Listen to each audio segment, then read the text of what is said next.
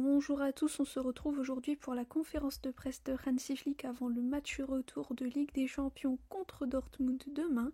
Et on commence tout de suite avec la première question qui lui a été posée. On lui dit « Tech était là juste avant vous et il a dit qu'il était très heureux de son expérience au Barça. Vous pouvez confirmer qu'il sera le gardien numéro 1 jusqu'à la fin de saison malgré le potentiel retour de Ter Stegen ?» Hansi répond « Dans le football, les choses peuvent changer très vite, donc je ne peux pas vous répondre. On espère qu'il continuera comme ça. Il est extrêmement important pour l'équipe.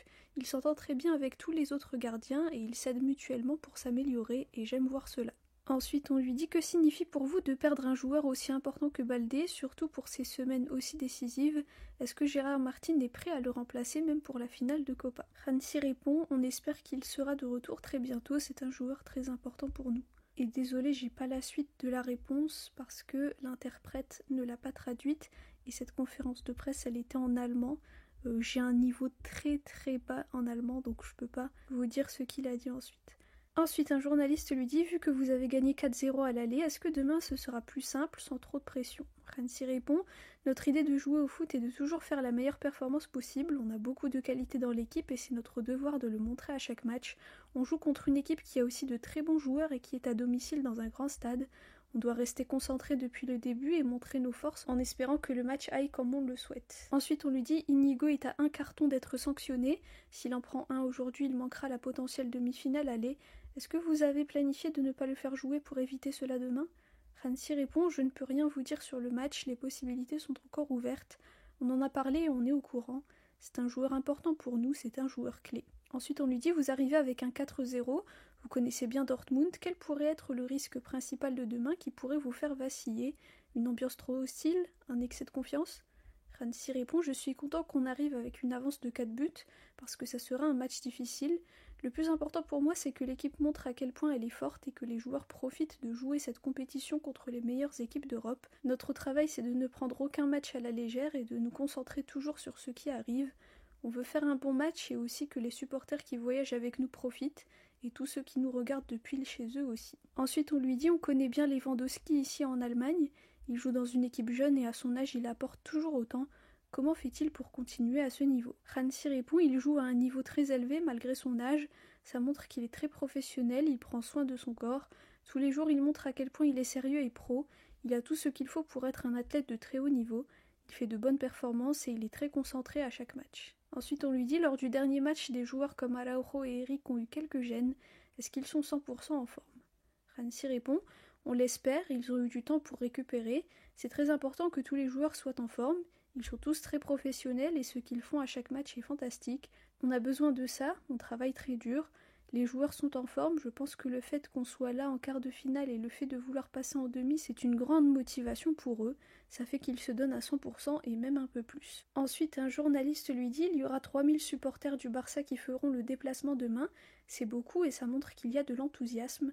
Avez-vous un message pour eux ?» Hansi répond « Je pense qu'en décembre aussi, il y avait beaucoup de fans qui ont voyagé avec nous et on peut ressentir dans ces matchs à quel point il y a une connexion entre les fans et les joueurs. Ils nous soutiennent toujours et l'équipe leur rend. On a besoin de cette union en tant qu'équipe, que club.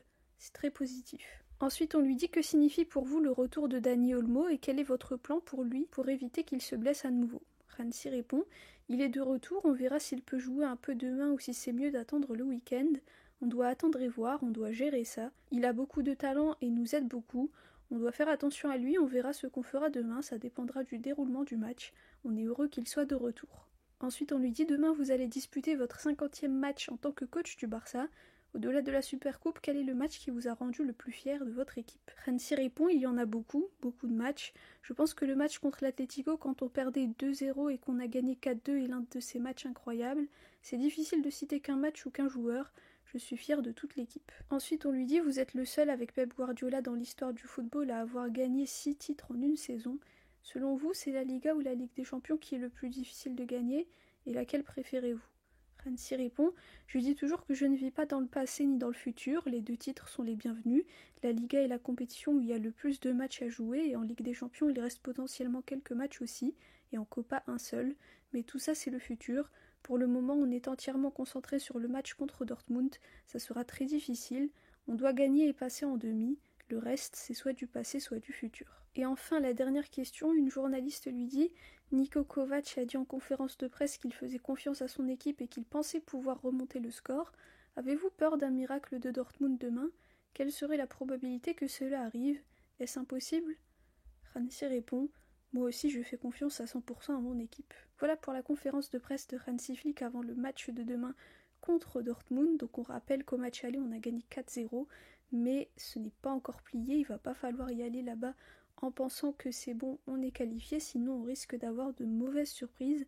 Donc il faut y aller concentré et toujours vouloir gagner coûte que coûte. Il y a aussi eu la conférence de presse de Szczęsny qui s'est exprimé juste avant Hansi Flick devant les médias. Il a notamment dit qu'il était venu pour remplacer Ter Stegen et que si jamais Ter Stegen était de retour, il comprendrait si Hansi Flick décide de reprendre Ter Stegen en tant que titulaire et qu'il accepterait cela.